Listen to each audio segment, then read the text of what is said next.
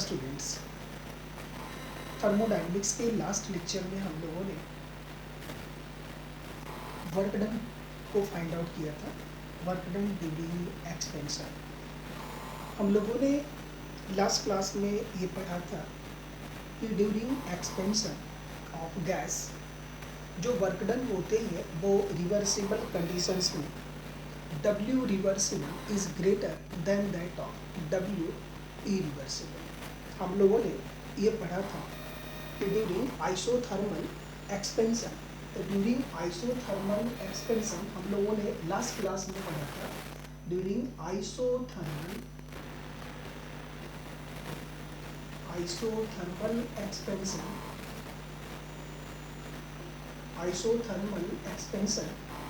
W reversible was greater than W irreversible और W reversible greater था W irreversible से, और ये था one stage process.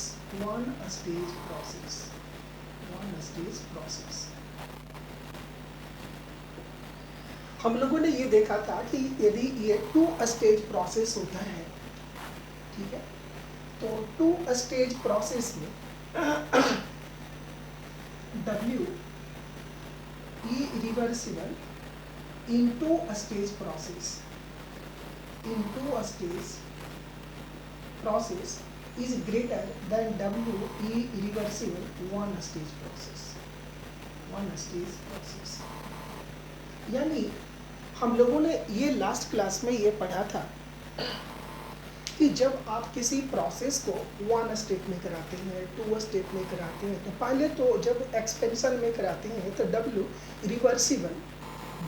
E reversible के रिस्पेक्ट में ज़्यादा होता है, लेकिन W E reversible one step में हो रहा हो उसको टू स्टेप में आप कराते हैं, तो ऐसा देखा जाता है कि जो वर्क डन है किसी भी प्रोसेस को टू स्टेप्स में कराया जाए तो वर्क डन बढ़ जाता है, 3 स्टेप में कराया जाए तो और भी वर्क डन बढ़ जाएंगे, 3 स्टेप में कराई जाए तो और भी वर्क डन बढ़ जाएंगे। तो इस तरह यदि नंबर ऑफ स्टेप्स आप बढ़ाते हैं इरिवर्सिबल प्रोसेस में तो धीरे धीरे वर्क डन बढ़ता चला जाता है। और W रिवर्सिबल ग्रेटर था, ठीक है, और स्टेज बढ़ा रहे हैं तो यहाँ भी W इरिवर्सिबल भी बढ़ रहा है। तो जब ये इनफाइनाइट स्टेप्स में कराई जाती है तो वो तो W इरिवर्सिबल W रिवर्सिबल हो जाएगा ना, क्योंकि W रिवर्सिबल का डिफिनेशन क्या था रिवर्सिबल प्रोसेस का, वह thermodynamic process that takes place in infinite states but very slowly in such a way each states attains equilibrium with the surroundings. तो जब इरिवर्सिबल प्रोसेस भी इनफाइनाइट स्टेप्स में आप कराते हैं तो वो प्रोसेस W रिवर्सिबल के बराबर हो जाए। इतना हम लोगों ने लास्ट क्लास में पढ़ा था। आज हम लोग पढ़ते हैं work done during compression, isothermal compression of gas.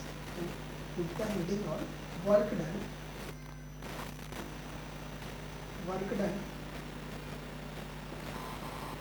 in isothermal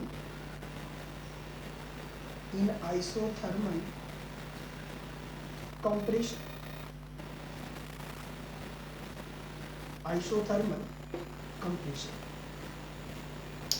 तो मैंने आपको ये बताया था कि जब जो W इरिवर्सिबल होता है, इरिवर्सिबल प्रोसेस होता है उसमें हमेशा एक्सटर्नल प्रेशर कांस्टेंट होता है, तो उसमें एक्सपेंशन हो या कंप्रेशन हो एक्सटर्नल प्रेशर कांस्टेंट होता है।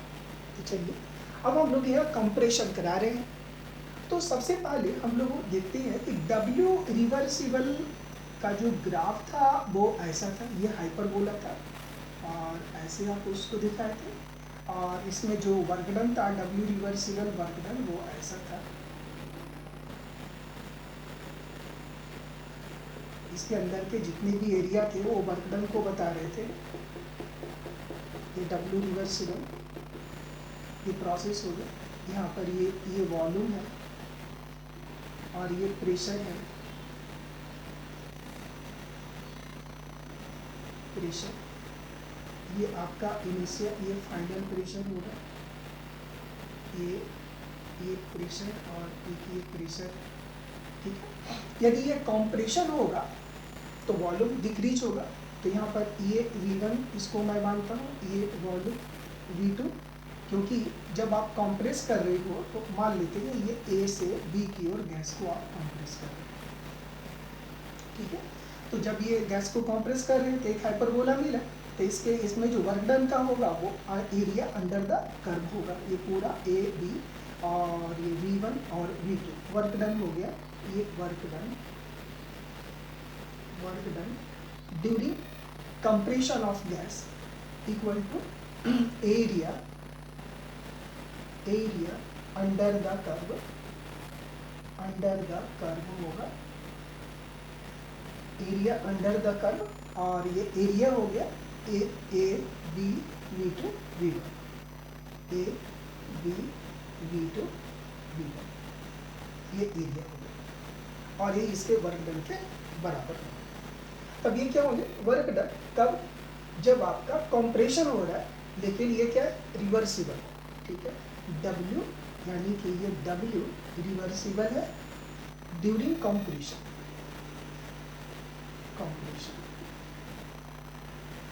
ये वर्क डन। अब हम लोग इरिवर्सिबल कंडीशंस में निकालेंगे, तो देखिए अब अब हम लोग निकालेंगे W इरिवर्सिबल इन कंप्रेशन। जब कंप्रेशन करते हैं तो W इरिवर्सिबल क्या होता है उसको अब हम लोग फाइंड आउट करते हैं। तो यहाँ आप देखेंगे कि जब कंप्रेशन होता है, ठीक है, इसको मान लेते हैं, तो कंप्रेशन हो गया तो गैस को कंप्रेस करेंगे तो इनिशियल प्रेशर क्या होगा, कम होगा, जब कंप्रेस कर देंगे तो फाइनल प्रेशर ज़्यादा होगा। तो इसको मान लेते हैं हम लोग, ये P1 है और ये है P2, ठीक है। ये P1 ये है P2, आप क्या कर रहे हैं कंप्रेस कर रहे हैं। तो जब गैस को कंप्रेस करेंगे, ठीक है, तो जब कंप्रेस करेंगे तो एक्सटर्नल प्रेशर और ये P एक्सटर्नल और P इंटरनल कौन ज़्यादा होगा, तो ज़्यादा वाला होगा P एक्सटर्नल, ठीक है। तो देखिए तो W इरिवर्सिबल का फॉर्मूला होता है, ठीक है, P एक्सटर्नल, ठीक है, into delta V change in volume, right, ऐसा होता है। अब देखिए तो यहाँ जो ये जो कंप्रेशन है उसमें पॉजिटिव लिखा जाता है, तो मैंने यहाँ पॉजिटिव लिखा है P एक्सटर्नल डेल्टा V।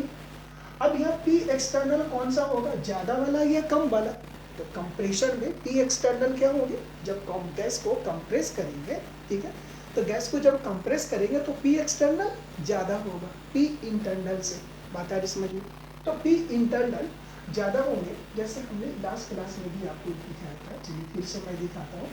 ये एक सिलिंड्रिकल कंटेनर है, यहाँ एक पिस्टन लगा हुआ है, इसके अंदर गैस है और गैस इस पिस्टन पे अपवर्ड डायरेक्शन में प्रेशर लगा रहा है, इसको बोलते हैं P इंटरनल या P गैस, और ऊपर से जो लग रहा है इसको बोलते हैं P एटमॉस्फेरिक प्रेशर, और इसको कहते हैं P एक्सटर्नल। अब ये गैस कंप्रेस्ड हो रहा है तो पिस्टन क्या होगा, अंदर की ओर जाएगा, तो अंदर की ओर जाने का मतलब ये बाहर वाला जो प्रेशर है वो अंदर वाले गैस के प्रेशर से ज़्यादा, यानी P एक्सटर्नल ज़्यादा वाले होंगे। चलिए यहाँ P एक्सटर्नल देखते हैं, तो यहाँ पर देखिए अब हम लोग निकाले W इरिवर्सिबल ड्यूरिंग कंप्रेशन, तो इसमें P एक्सटर्नल, तो एक्सटर्नल ज़्यादा वाला होगा या कम वाला, ज़्यादा वाला, तो ज़्यादा वाला P1 है या P2, तो आप कहेंगे ज़्यादा कौन सा है, P2 है, तो यहाँ पर क्या होगा P2, right. Change in volume, तो देखिए पहले वॉल्यूम कितने थे V2, अब कितने हो गए V1, क्या, तो अब देखिए तो इनिशियल वॉल्यूम V2 थे कि इनिशियल वॉल्यूम V1 थे, आप कंप्रेस कर रहे हैं ना, तो कंप्रेस करने क्या मतलब कि इनिशियल वॉल्यूम ये है, फाइनल वॉल्यूम V2 है, तो अब इसको चेंज निकालेंगे, फाइनल माइनस इनिशियल यानी V2 माइनस V1। देखिए ध्यान से V2 माइनस V1, अब इन दोनों में ज़्यादा कौन है, V1 ग्रेटर है। अब यहाँ पर ये जान लीजिए कि since V1 is greater than V2 और ये निगेटिव है तो इसका रिजल्ट क्या आ जाएगा, निगेटिव। लेकिन ड्यूरिंग कंप्रेशन वर्क डन क्या होता है, पॉजिटिव। तो इसको पॉजिटिव बनाने के लिए आप क्या लिखेंगे, minus P2 V2 minus V1, ऐसे आप लिख सकते हैं।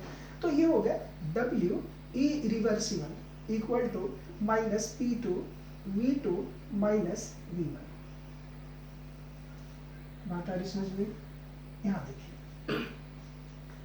अब यहाँ पर देखिए, अब इसमें work done area and under the curve होता है। अब ये इरिवर्सिबल के कंडीशन में देखिए, P एक्सटर्नल कहाँ है, यहाँ पर है, ठीक है, और V2 कहाँ है, यहाँ पर है, V1 कहाँ है, यहाँ है। तो यहाँ से ऐसे इस तरह से और यहाँ से ये ऐसे, ये पूरा एरिया हुआ।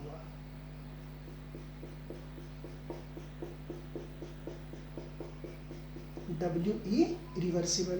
अब बताइए, ये यहाँ से यहाँ था W रिवर्सिबल और ये पूरा है W रिवर्सिबल, ठीक है। तो during expansion W reversible was greater than that of W reversible, but during compression W reversible was greater than W reversible. यानी कि यहाँ से निकला, देयरफॉर यहाँ से आप दिमाग में इसको रखेंगे note, W irreversible during compression, ठीक है, during compression of gas, isothermal compression, during compression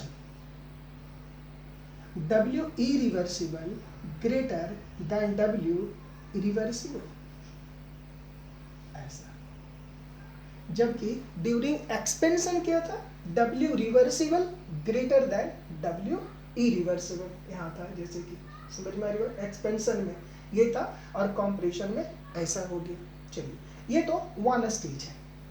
अब हम लोग मान लेते हैं कि ये प्रोसेस जो है, कंप्रेशन जो है वह 2 स्टेप्स में आप करा रहे हैं। तो जब कंप्रेशन 2 स्टेप्स में कराएंगे तो क्या होगा उसको देखते हैं। तो नेक्स्ट हेडिंग डालिए, second steps, 2 steps isothermal compression, और हमें इस सिचुएशन में वर्क डन को फाइंड आउट करना है। अब चलिए, तो वर्क डन यहाँ निकाल रहे हैं, इसको आप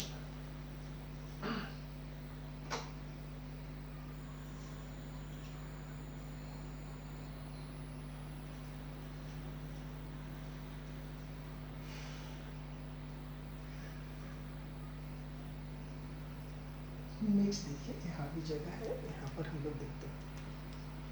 तो 2 स्टेप्स में तो मान लेते हैं ये V है, ये P है। 2 स्टेप्स में मान लेते हैं यहाँ A है, यहाँ B है और बीच में ये B डैश है। यानी यहाँ से चलना है, यहाँ रुकना है, फिर यहाँ से चलना है, फिर यहाँ B तक पहुँचना है। ये 2 स्टेज हुआ, ठीक है। इसको आप इस तरह से लेंगे,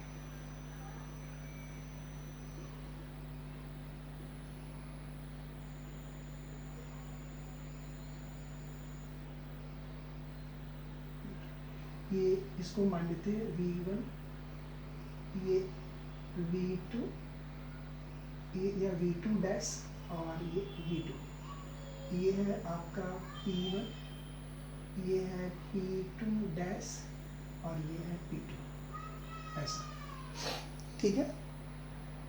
चलिए, तो पहले क्या हुआ, A से B डैश तक गया और फिर B डैश से B तक गया।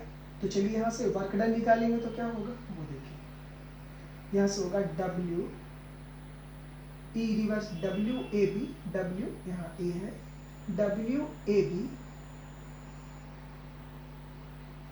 इक्वल टू क्या होगा, W A B डैश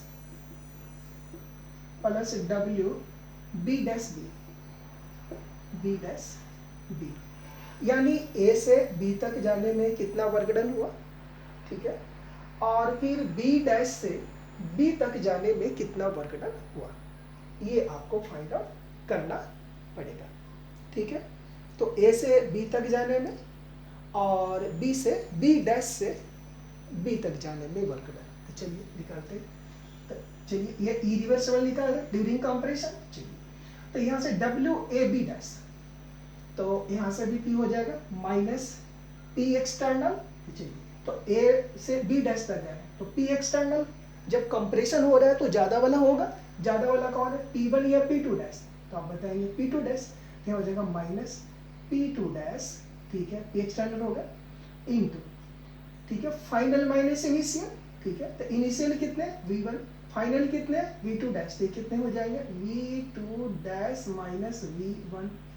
बात आ रही समझ में, ये निगेटिव है और ये होता है पॉजिटिव कंप्रेशन, इसलिए माइनस लाइन यहाँ दिया गया है, ठीक है। फिर ये माइनस बाय प्लस को हटाकर माइनस से लिखता हूँ, फिर B डैश टू बी में एक्सटर्नल कौन P2, तो ये हो गया P2, फिर यहाँ कितने हो गए P2 और यहाँ पर ये V2 dash minus V2 dash minus V2, ऐसा बात आ रही समझ में। चलिए अब ये हो गया टोटल आपका W इरिवर्सिबल ए बी, ये टोटल निकल गया W ए बी।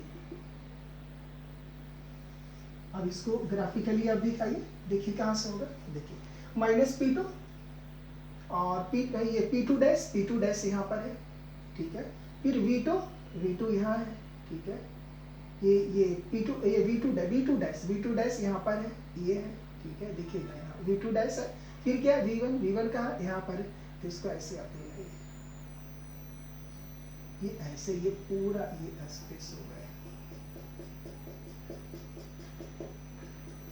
ये क्या हो गया आपका, ये वाली है P2 dash V2 dash minus V1, ये वर्क डन निकला ये।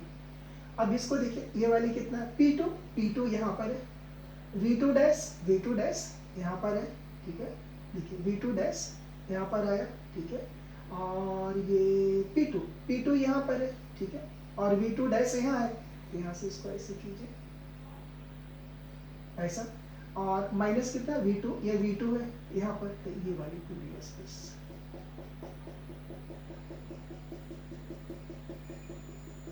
अब इसमें और इसमें आप कंपेयर कीजिए, लगता है कि आप समझ रहे होंगे इतना ये घट गया है, इतना वाला, यानी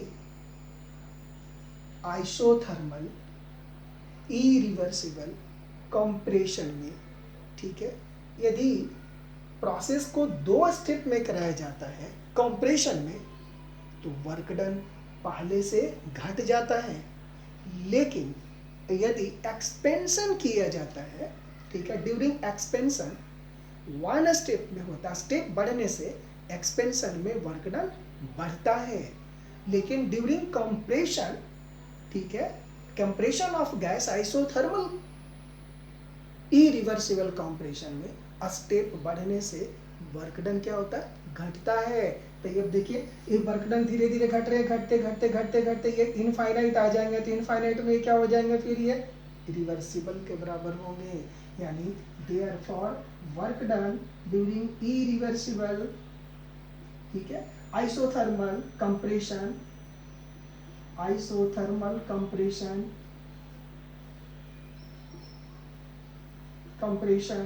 ठीक है, ये क्या होंगे, इक्वल हो जाएंगे W reversible in isothermal compression. कब, जब स्टेप्स इनफाइनाइट हो, एट इनफाइनाइट स्टेप्स, तो इनफाइनाइट स्टेप्स में W रिवर्सिबल और W इरिवर्सिबल दोनों ही बराबर होंगे।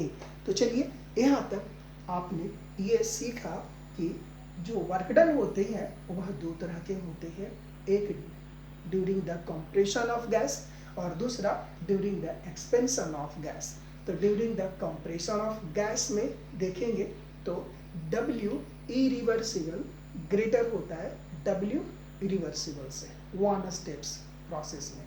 यदि स्टेप को आप बढ़ाते हैं तो W इरिवर्सिबल डिक्रीज कर जाता है W, ठीक है, W इरिवर्सिबल से, जो कि 1 स्टेप्स में होता है, यानी नंबर ऑफ स्टेप्स बढ़ाने से W इरिवर्सिबल घटता है, जबकि एक्सपेंशन में स्टेप्स बढ़ाने से W इरिवर्सिबल बढ़ता है।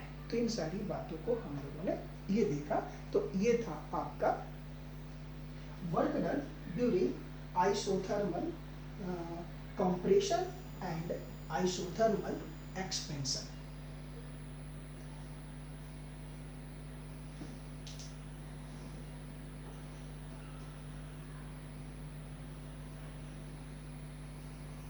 नेक्स्ट अब हम लोग पढ़ते हैं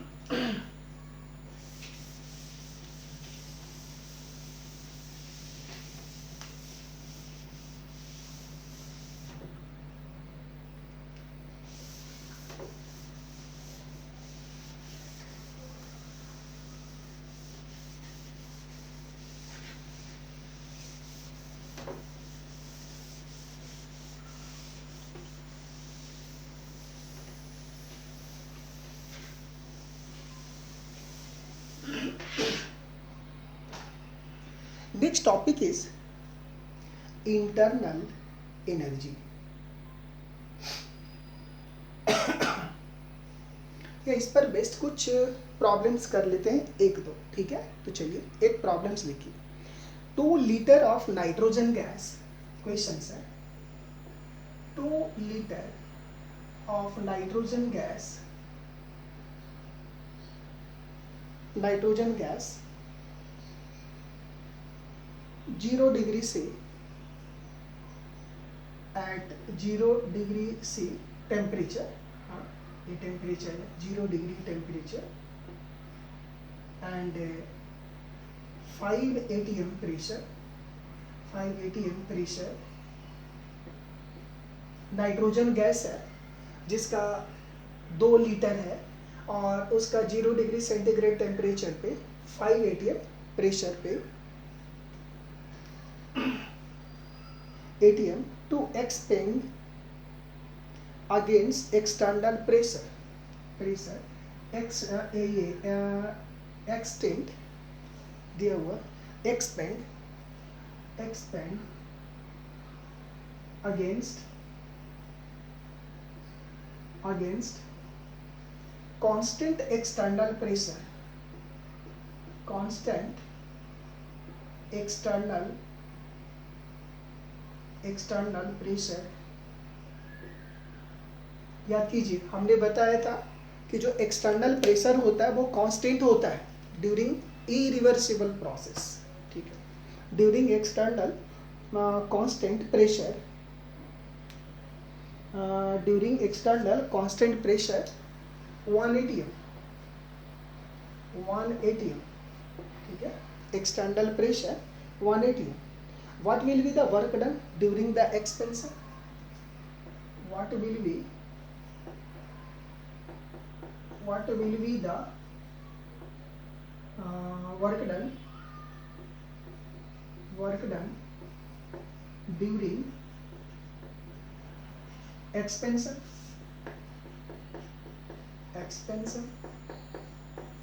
चलिए यही क्वेश्चन है आपका। देखिए इस क्वेश्चन में क्या दिया गया है, 2 लीटर नाइट्रोजन गैस है, ठीक है। उसका इनिशियल टेम्परेचर है 0 डिग्री से, प्रेशर है 5 atm और उसको एक्सपेंड किया गया अगेंस्ट कांस्टेंट एक्सटर्नल प्रेशर। तो एक्सटर्नल प्रेशर कांस्टेंट है यानी वो इरिवर्सिबल प्रोसेस है। तो हमें जो वर्क डन निकालनी है वो बात तो इरिवर्सिबल प्रोसेस में निकालनी है। चलिए, और आपको फॉर्मूला हमने बता रखा है कि W irreversible equal to minus P external, right, P external into V2 minus V1। अब देखिए ये एक्सपेंशन हो रहा है, ठीक है, गैस का एक्सपेंशन हो रहा है, तो minus P external V2 minus V1, right. चलिए, अब ये जो P एक्सटर्नल है वो कम वाला होगा या ज़्यादा वाला होगा? सोचिए, गैस क्या कर रहा है? एक्सपेंड कर रहा है। तो जब गैस एक्सपेंड कर रहा तो P एक्सटर्नल क्या होगा? कम होगा या ज़्यादा होगा? बताइए, P एक्सटर्नल क्या होगा? कम वाला या ज़्यादा वाला? कम वाला, गैस एक्सपेंड कर रहा है। तो अब यह दो प्रेशर है, इनसे एक प्रेशर कितने 5 atm और दूसरा है 1 atm। तो बताइए P एक्सटर्नल कौन है? 1 atm। तो यहाँ पर हो गया, यहाँ गिवन दैट, इससे पता चला given that P external equal to 1 atm, right. अब यहाँ पर वॉल्यूम है, तो अब देखिए यहाँ वॉल्यूम 2 है, तो जब एक्सपेंड कर रहा तो V2 ज़्यादा होगा, ठीक है, तो V2 ज़्यादा होगा। हाँ, तो यहाँ पर ये इनिशियल कितने दिए हुए हैं? देखिए कितने लीटर है? 2 लीटर, यानी कि V1 इक्वल टू 2 लीटर। लेकिन V2 कितने हैं वो पता ही नहीं है आपको, यहाँ तो दिया हुआ है नहीं। जब तक ये हमें V1 पता है, लेकिन हमें तो V2 भी तो चाहिए ना, कि फाइनल वॉल्यूम उसका कितना है, ये तो यहाँ पर है नहीं।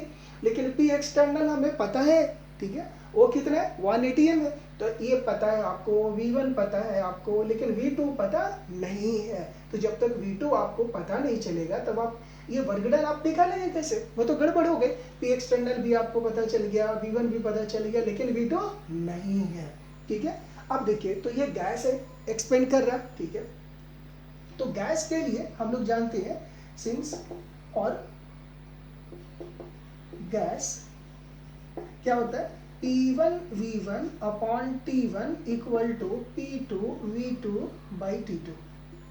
Initial pressure, initial volume, initial temperature, final pressure, final volume, final temperature, ठीक है। अब आप यहाँ देखिए, तो इनिशियल प्रेशर कितने हैं? 5 atm। इनिशियल टेम्परेचर कितने हैं? ठीक है, आप इसमें ऐड करके उसको डाल दीजिए जो इनिशियल प्रेशर है, ठीक है, इनिशियल टेम्परेचर, ठीक है, 0 डिग्री सी। तो 0 डिग्री सी यानी कि यहाँ पर बॉयल्स लॉ में क्या होता है? टेम्परेचर कांस्टेंट होता है, ठीक है, एट कांस्टेंट टेम्परेचर, तो टेम्परेचर तो कांस्टेंट ही होगा हमारा, ठीक है। तो ये T1 इक्वल टू T2 हो गया, तो ये कांस्टेंट हो गया। तो यहाँ लिखेंगे since T1 equal to T2 constant, ठीक है, ये कांस्टेंट हो गया, ठीक है। तो जब ये कांस्टेंट है तो P1 V1 equal to P2 V2 हो गया। अब यहाँ से हमें चाहिए क्या? V2। तो therefore V2 equal to P1 V1 upon P2। चलिए, P1 कितने? 5 atm। P1 है 5 atm, ठीक है। V1 कितने हैं? 2 लीटर, 2 लीटर। P2 कितने हैं? देखिए P2 कितने हो जाएंगे? 1 atm। तो ये हो गया 1 atm, ठीक है। atm कैंसिल कीजिए, कितने हो गए? 10 लीटर। तो आपके ये क्या निकल गया?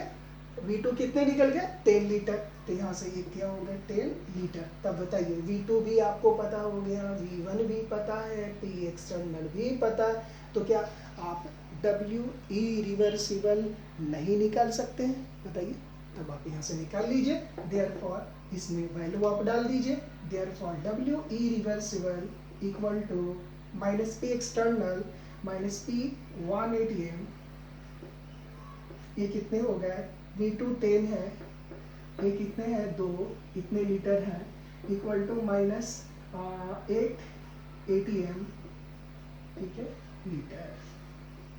इतने हो जाएंगे इसके वर्क डन। याद रखिए, इसको निगेटिव में नहीं लिखना है। ये जो वर्क डन यदि पूछे तो 8 का वर्क डन हुआ है, -8 का वर्क डन हुआ है। ये माइनस साइन ये दिखा रहा है कि ये एक्सपेंशन ड्यूरिंग एक्सपेंशन हुआ है। ये minus sign, negative sign indicate expansion expansion takes place here, expansion of gas takes place। तो इस तरह से आपने देखा कि ये जो है इस तरह के प्रॉब्लम हो गए, इस सिंपल ये बहुत ज़्यादा डिफिकल्ट प्रॉब्लम नहीं होता है। तो इस तरह से आप प्रॉब्लम्स को, इस पर बेस्ड जो प्रॉब्लम्स है उसको आप बनाएंगे। आज के इस लेक्चर्स में इतना ही। Very very thanks to all.